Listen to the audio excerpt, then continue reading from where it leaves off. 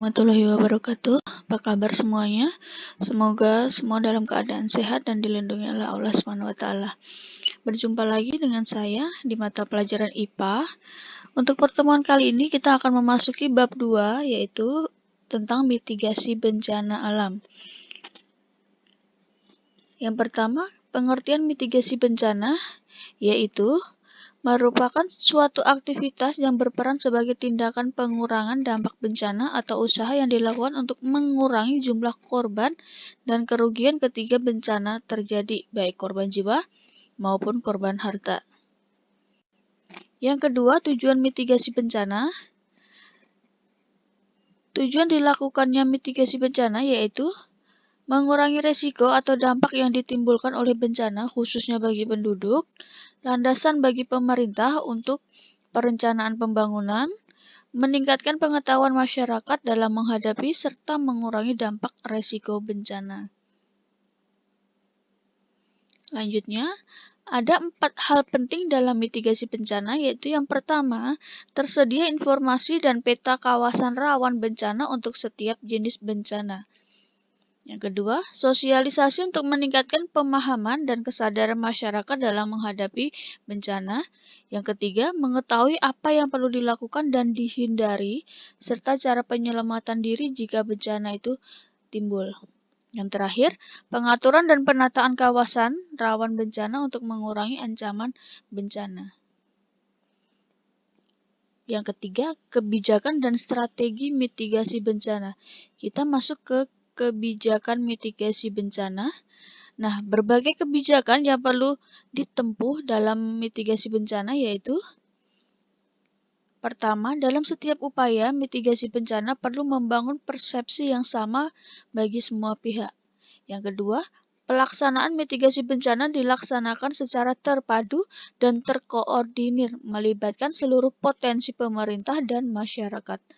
Yang ketiga, upaya preventif harus diutamakan agar kerusakan dan korban jiwa dapat diminimalkan. Yang keempat, penggalangan kekuatan melalui kerjasama dengan semua pihak melalui pemberdayaan masyarakat serta kampanye. Selanjutnya yang B, strategi mitigasi bencana. Untuk melaksanakan kebijakan mitigasi bencana, maka dikembangkan beberapa strategi, yaitu yang pertama, pemetaan. Langkah pertama dalam strategi mitigasi ialah melakukan pemetaan daerah rawan bencana.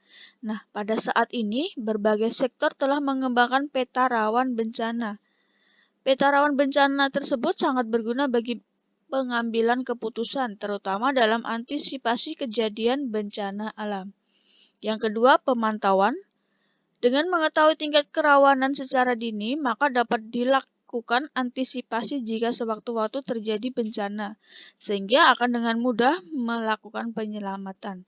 Pemantauan di daerah vital dan strategis secara jasa dan ekonomi dilakukan di beberapa kawasan rawan bencana. Yang ketiga, penyebaran informasi.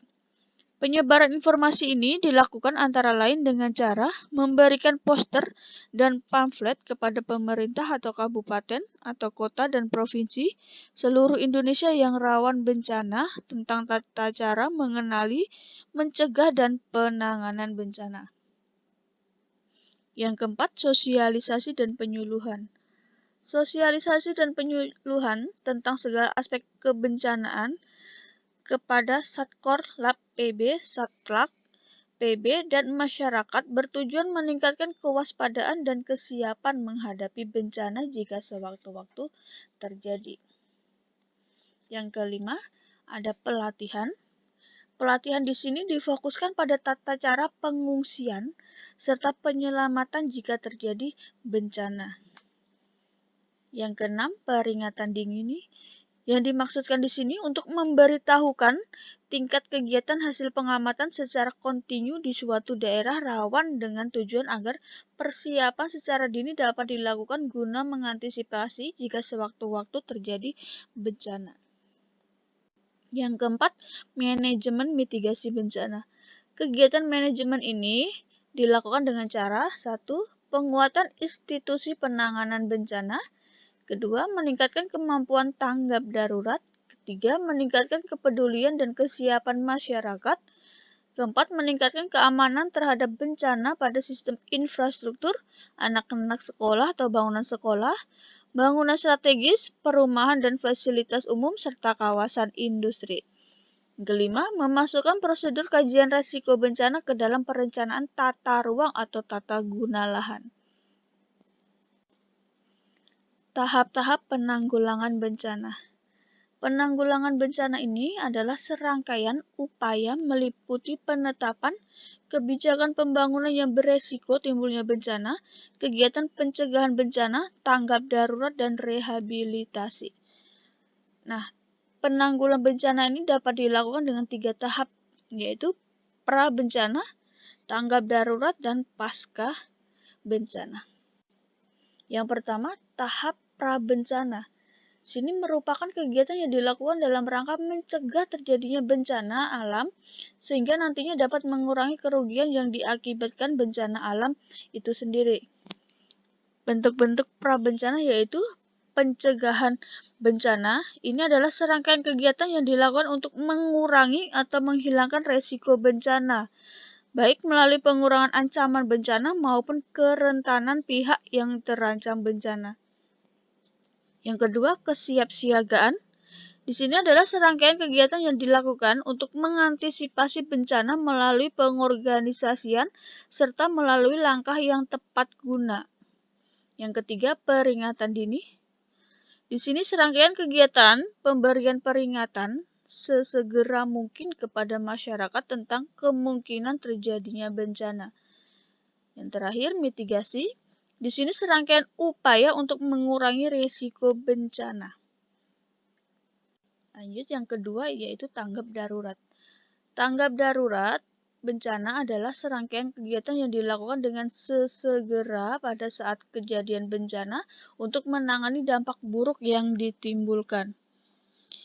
Di sini meliputi kegiatan penyelamatan dan evakuasi korban, harta benda, pemenuhan kebutuhan dasar, perlindungan, pengurusan pengungsi, penyelamatan, serta pemulihan prasarana dan sarana. Yang ketiga, tahap pasca bencana. Tahap pasca bencana ini merupakan kegiatan yang dilakukan setelah terjadinya bencana alam. Nah, bentuk-bentuk kegiatan tahap pasca bencana yaitu yang pertama, rehabilitasi. Itu adalah perbaikan dan pemulihan semua aspek pelayanan publik atau masyarakat sampai tingkat yang memadai pada wilayah pasca bencana dengan sasaran utama untuk normalisasi atau berjalannya secara wajar semua aspek pemerintah dan kehidupan masyarakat pada wilayah pasca bencana. Yang kedua, rekonstruksi itu adalah pembangunan kembali semua prasarana dan sarana kelembagaan pada wilayah pasca bencana, baik pada tingkat pemerintahan maupun masyarakat, dengan sasaran utama tumbuh dan berkembangnya kegiatan perekonomian sosial dan budaya, tegaknya hukum dan ketertiban, serta bangkitnya peran serta masyarakat dalam segala aspek kehidupan bermasyarakat pada wilayah pasca bencana. Nah, berikut ini contoh mitigasi bencana tanah longsor. Tanah longsor. Longsor atau sering disebut gerakan tanah adalah suatu peristiwa geologi yang terjadi karena pergerakan massa batuan atau tanah dengan berbagai tipe dan jenis seperti jatuhnya bebatuan atau gumpalan besar tanah. Secara umum, kejadian longsor disebabkan oleh 2 faktor, yaitu faktor pendorong dan faktor pemicu. Nah, ini contoh terjadinya tanah longsor seperti ini. Lanjut, tindakan sebelum terjadi tanah longsor apa saja yang bisa kita lakukan? Yang pertama, waspada terhadap curah hujan yang tinggi, persiapkan dukungan logistik, simak informasi dari radio atau televisi mengenai informasi hujan dan kemungkinan tanah longsor, dan apabila menginstruksikan untuk evakuasi, segera lakukan hal tersebut. Lanjut, tindakan saat terjadi tanah longsor.